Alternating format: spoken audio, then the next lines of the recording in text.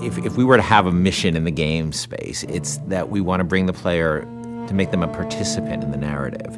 By bringing this character, Elizabeth, into the game, by having her with you pretty much for almost the entire game, we knew that if we didn't get her right, the game wouldn't be right.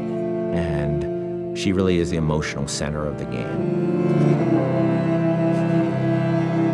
This character, Elizabeth, she comes from a pretty dark place.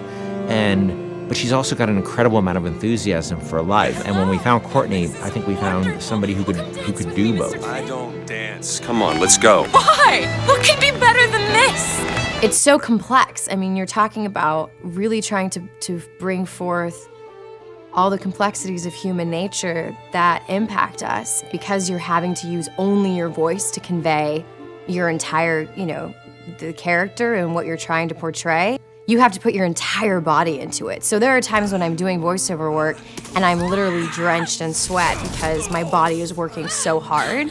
Hey! Knock it off! Stop it! Will you stop it? I'm not here to hurt you. Who are you? My name is DeWitt. I'm a friend. I come to get you out of here. Get away!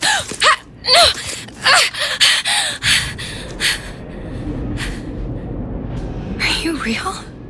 It's not these one-note emotions, and I think that's what was so important to us as a collaborative team, to be really putting forth a narrative that was strong and that was complex and that was, reflective of how deep and the myriad of emotions that the human beings experience. She really had a sense of telling a story and having a conversation with no words. If you're watching a silent film, you understand what's going on and you don't need words. We saw her and Sean's like, by the way, this is the girl. I'm like, oh yeah, that's the girl, absolutely. I had to really rely on my imagination and rely on what I was being told by, the director. Weird for me to see myself, literally, every movement that I did. Yeah. I mean, I see myself in it. I mean, it might not be my face, but the thing is she's actually in a world. When I did it, I was in an empty room. Yeah. They put me out into this giant sort of basketball court, it looked like, with stuff taped out on the floor that was sort of like the imaginary, world.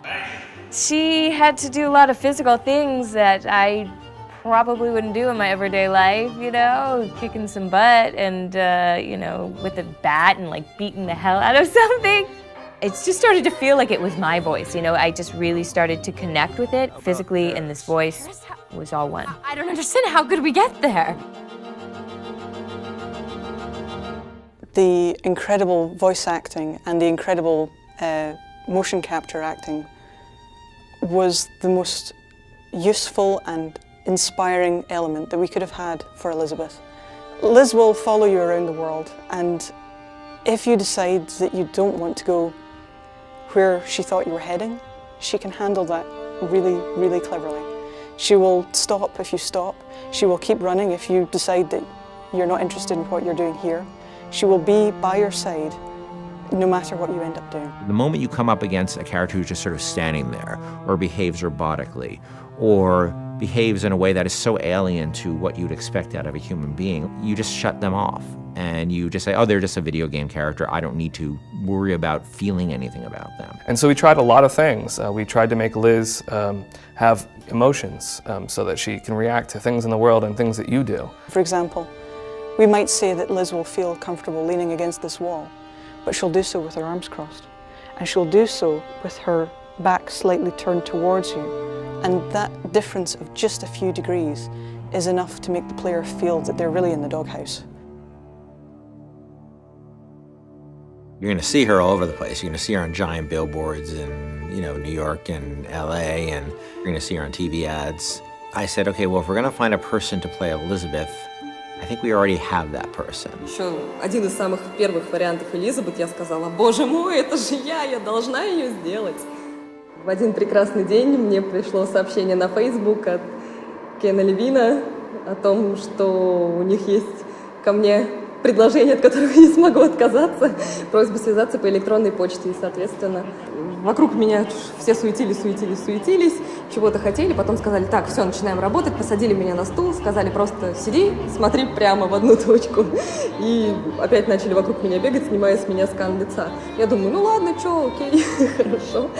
Я с этим справлюсь, а потом меня вдруг начали мучить, говорить, смейся, плачь, делай одухотворенное лицо, делай удивленное лицо. And all of a sudden we found this great character who existed in the space between the real world and the world of BioShock Infinite. There was a moment where we had people coming up to us and saying, Liz is awesome.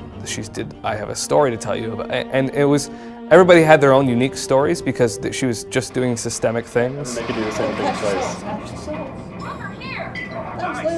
I actually get people telling me things that there's no way I could know about. Like, say there's one of the combats kicking off and they're having this incredible moment where they're running around the place and smashing someone in the face and blowing someone else up with a shotgun, and they've suddenly, a huge big boss man comes up and they just go click. Oh no.